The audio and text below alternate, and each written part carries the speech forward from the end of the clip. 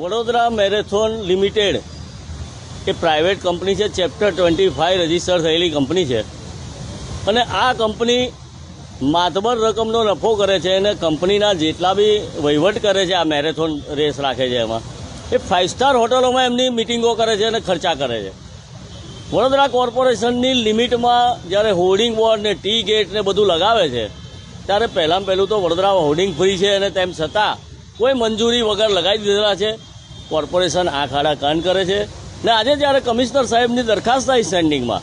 કે ટી ગેટના 10,000 ને હોર્ડિંગના 20-10ના 500 રૂપિયા, તો આ વડોદરા શહેરની લાગત વધે, લોકોને પ્રજાના ટેક્સના પૈસામાં જોડાય, તો એની જગ્યાએ સ્ટેન્ડિંગ કમિટીએ દલા તરવાડીની વાડીની જેમ લવ રીંગણા 2-4 તો કે લે 10-12 બિલકુલ મફતમાં એમને હોર્ડિંગ લગાવવાની ને સ્ટેજો બાંધવાની મંજૂરી આપી દીધેલી છે. આ સ્ટેન્ડિંગ કમિટી જે મલાઈદાર કમિટી કહેવાય છે, એ મલાઈ પોતે તો ખાય છે જ પણ મલાઈ લૂંટાઈ પણ દે છે. આ બિલકુલ લહેરી ગલ્લાવાળાને, સામાન્ય લહેરી ગલ્લાવાળાને જેનું ઘર ચાલે છે એને